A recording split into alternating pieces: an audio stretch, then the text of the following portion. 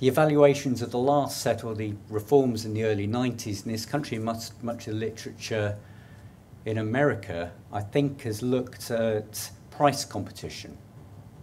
Can competition by price be significantly beneficial, very attractive at the moment, given the productivity and the funding challenges we've got going ahead? But that literature seems to flag up a quite serious concern about potential impact on quality. So again, because of this disequilibrium of information and knowledge, there is at least some evidence that if you compete hard on prices, then providers can start sacrificing quality in a way which you only find out about later. Some of that may be about the expertise of commissioning, but if that's the reality, we need to be very careful about waiving the fixed price tariff competition that so far we've adopted in the NHS in this country. So careful of competing on prices if you don't know enough about quality. Secondly, just recently, the last few months, Hugh Gravel up in York, a very prominent microeconomist, has been embarking on a programme of work with colleagues to try and learn what lessons we can from the impact of competition between hospitals on outcomes. The early findings that I've seen, probably not surprisingly, tell us there's a bit of a mixed bag. For some services in some areas, competition, the more hospitals you have, and therefore the more choice there is, seems to be positively associated with quality outcomes across a broad range of measures. For many services, there isn't an association, and he has flagged up some concerns about potentially negative association on patient experience. So again, we need to be just mindful of drawing on that evidence in trying to establish whatever kind of competition framework we think's right for the NHS, and Hugh's got a continuing programme of work going on that I hope we can keep tapping into to provide that broader knowledge base. But thirdly, there are some just quite strong specific examples which I think are a little bit more hopeful.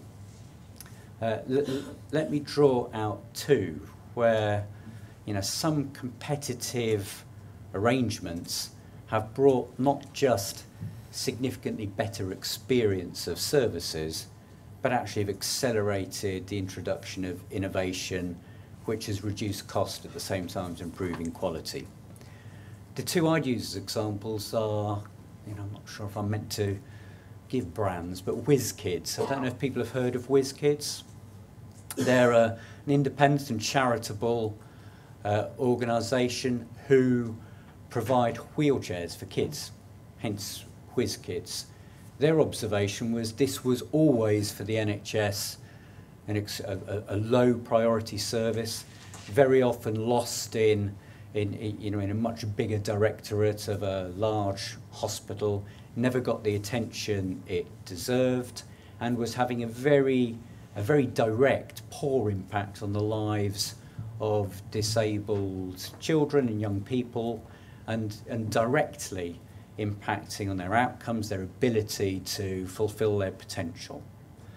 So they set up an offer which was improving access times to the assessment radically, improving the choice of chair and support that was available to kids, and started making that an offer, banging on doors of commissioners and providers. They didn't particularly mind in what form they came into that market, to see to see what the interest was. And they've begun to find interest in pockets of the country, and they're very good at measuring the beneficial outcomes in terms of experience, and they're fabulous.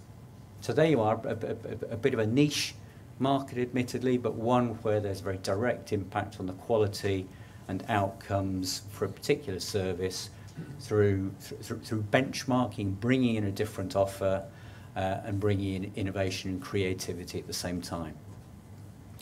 Second, again, sort of practical example, I flag up Airedale NHS Foundation Trust up in the Yorkshire Dales, who embraced very early the use of technologies, and in particular telemedicine technologies. Began to see this not just as a benefit for local patients, but as perhaps an offer that they could bring to some of the more complex parts of healthcare. And the two that they've looked at recently have been care homes, where very frail older people being looked after with increasingly high dependencies, and very differently prison healthcare services. And the common factor in both of these was not just the cost involved in bringing acute care expertise to those communities of people, because effectively you needed to escort people, often very frail people. The thresholds for accessing care then became a bit debatable, and it became a very poor experience of that care. In both cases, people in difficult circumstances feeling kind of handled rather than cared for, and their personal dignity and the experience of care they were getting very, very low. So the offer from Airedale was to rethink that. Why can't we give our consultant expert advice for a vast range of services which maybe you'd have had to get in A&E or in an outpatient clinic, or indeed in primary care settings? Why can't we pipe that in through the very best of our consultants and with other colleagues to care homes around the country? And again, telemedicine getting over some of the geographical problems.